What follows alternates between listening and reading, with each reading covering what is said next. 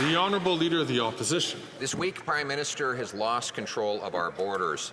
He started by teaming up with the British Columbia NDP to decriminalize fentanyl. He has kept the fentanyl precursor, 80% of fentanyl precursor ingredients legal. He allows 99% of shipping containers to come into our country uninspected. And he passed C5, which gives house arrest to the kingpins who produce this poison. Will he reverse his radical liberalization of drugs so that not one more mother will have the heartbreak of losing a child to overdoses? Hear, hear. The Right Honourable Prime Minister.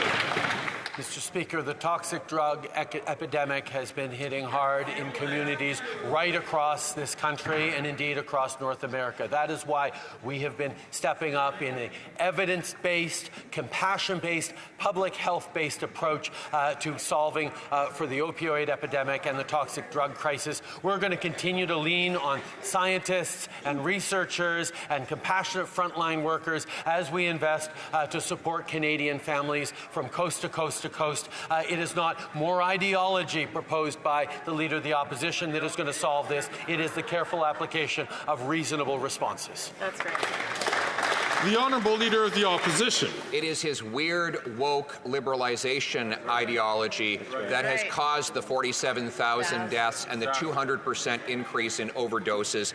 But just like he has lost control of the drugs, he's lost control of immigration. Don't take my word for it. The Globe and Mail said, and I quote, the Liberal government lost control of Canada's immigration system, highlighting that there are now 30,000 people who have been ordered deported that the Prime Minister has now lost track of. Like everything else.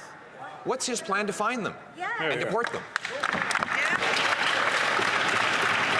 The Right Honourable Prime Minister. Mr. Speaker, despite the Leader of the Opposition trying to pretend it's not true, Canada remains the best country in the world. And the fact that we are facing significant challenges like other places around the world doesn't take away from that. We will continue to roll up our sleeves. We will continue to defend Canada's interests, defend Canada's borders, work with our partners in the United States. The Leader of the Opposition can't help himself from talking down Canada and Canadians. We're going to work with Canadians, with provinces in a Team Canada approach and protect Canada's structures and systems. The Honourable Leader of the Opposition. We have the best country with the worst Prime Minister, Mr. Speaker. That's the fact. He's weak, woke, and wasteful, and he's lost track of 30,000 people who have been ordered deported but have now vanished. Now, we have millions of other people who are going to come up for exit when their permits and visas expire over the next year and a half. And the Prime Minister won't tell us what's the plan to get the people out of the country who are not supposed to be here. The Right Honourable Prime Minister. Mr. Speaker, Canadians continue to have confidence in immigration as a good thing for our economy, good thing of our country, because they know we have a strong and rigorous immigration system that adjusts depending on the needs and the opportunities for Canada to grow and integrate more people. That is what we are continuing to defend. That is what we fight for every single day. While the Leader of the Opposition talks down Canada, talks down Canadians, and puts partisan attacks ahead of reasonable policy solutions, we're going to do the work necessary to protect Canadians and protect our immigration system. That's great. The Honourable Leader of the Opposition. Encore une faible réponse. Once again, a weak answer from a weak Prime Minister who has lost control of our immigration system. Three Chileans here illegally escaped from a center in Laval.